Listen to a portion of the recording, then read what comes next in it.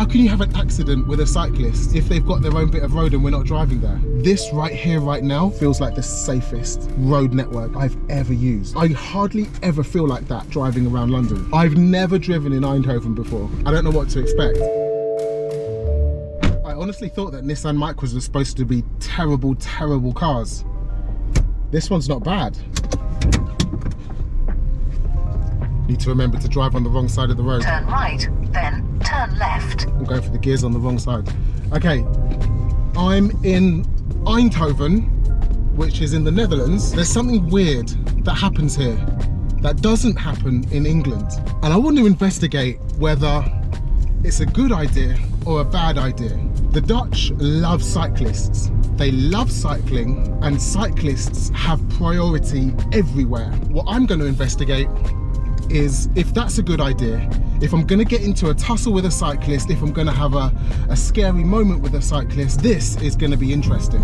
So I've picked up this Nissan Micra from Hertz, from Eindhoven Airport. I didn't know I was gonna get a Nissan Micra. It's so smooth. That might just be because I drive an Abarth 595, but this car is super smooth. It's got everything that you need as well, and I bet it's pretty cheap. I bloody love driving abroad.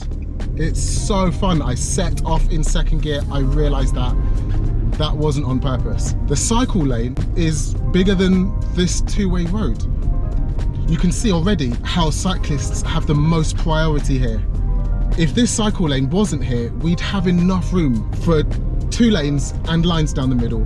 But what we've got is a huge cycle lane and a road not big enough for 2 cars. There's one thing about driving in Europe. I think that their roads work better.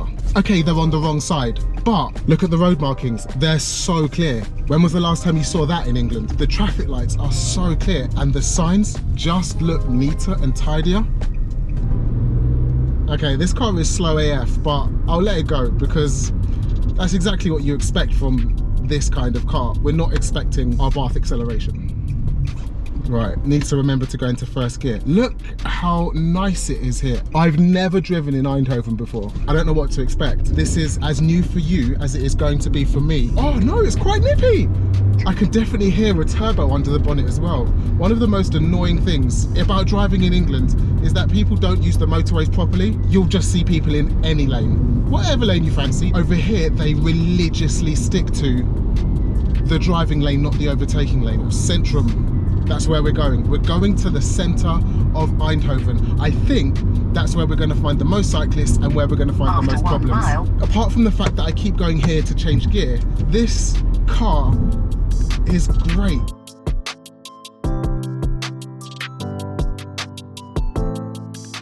Here's what people really worry about driving abroad: roundabouts. All we do is steer the other way. Normally on a roundabout, you'd go that way to enter, you just go that way. It makes sense in my head. Does it make sense in yours? Look at this. I can see where I'm going on the sat nav. It's down there. And it's on a sign as well. You can't go wrong.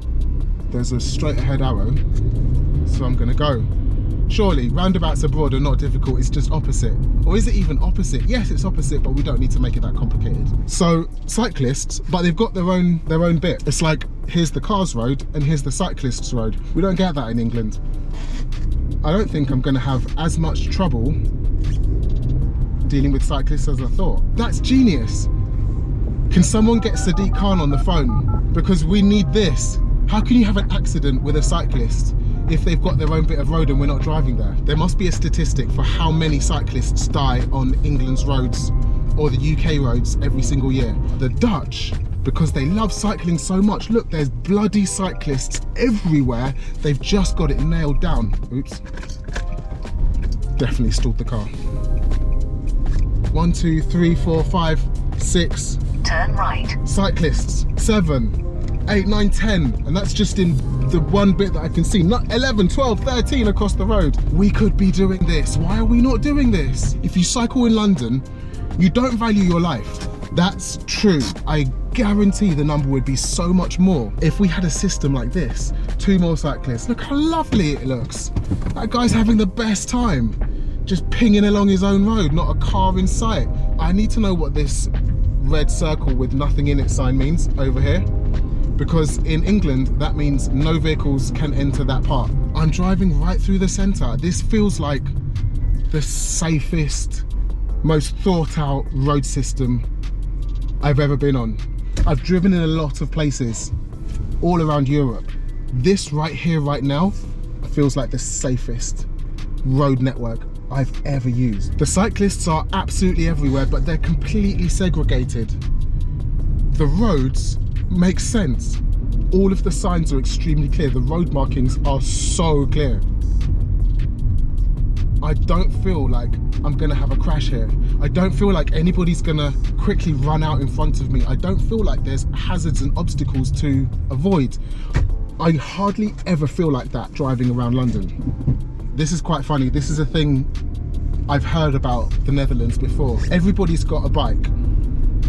And when you go to a shop, you just leave your bike outside the shop. There's cycle parking everywhere, not a single bike chained up, just leaning across the railings. If that happened in London, the bicycle would be stolen in under half a second. But here, just seems like it's not a thing.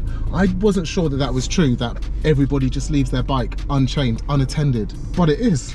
The rules and regulations and the signage is going to be different everywhere you go, slightly different. From France to Belgium to the Netherlands, their signs and road markings are different.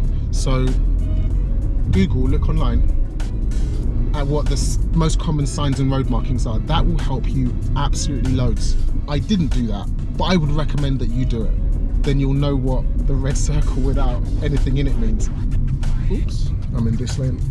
The other good tip I'll give you about driving abroad is don't be afraid to make mistakes. Don't be worried about getting it wrong. I clearly got it wrong there, but if you're safe about it, you can make it right. If you've got nothing to do on a weekend, use Skyscanner, get the cheapest flight to somewhere for the day, hire a car from the airport, set a route around, and then just drive it. You'll have the best time. Driving in Bruges was a complete nightmare. If you watch that video, it was difficult. It was so hard. It was horrible. It's not the same here. If you want to drive somewhere out of England for your first drive abroad, I would highly recommend coming to Eindhoven. We're going to end the video at a big yellow chair. Let's find the chair and I'll give you my final thoughts on driving in the Netherlands. Wait, look at this road sign.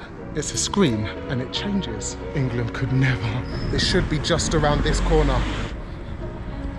Okay, that's not what I was expecting. Driving in the Netherlands makes more sense than in England. It's really easy. And they've nailed cycle safety. They've nailed road planning. I wish we had a situation like this. Look how big this chair is. Watch this. Driving in the Netherlands, driving in Eindhoven is way better than driving in England. Now I think it's time to get some snacks.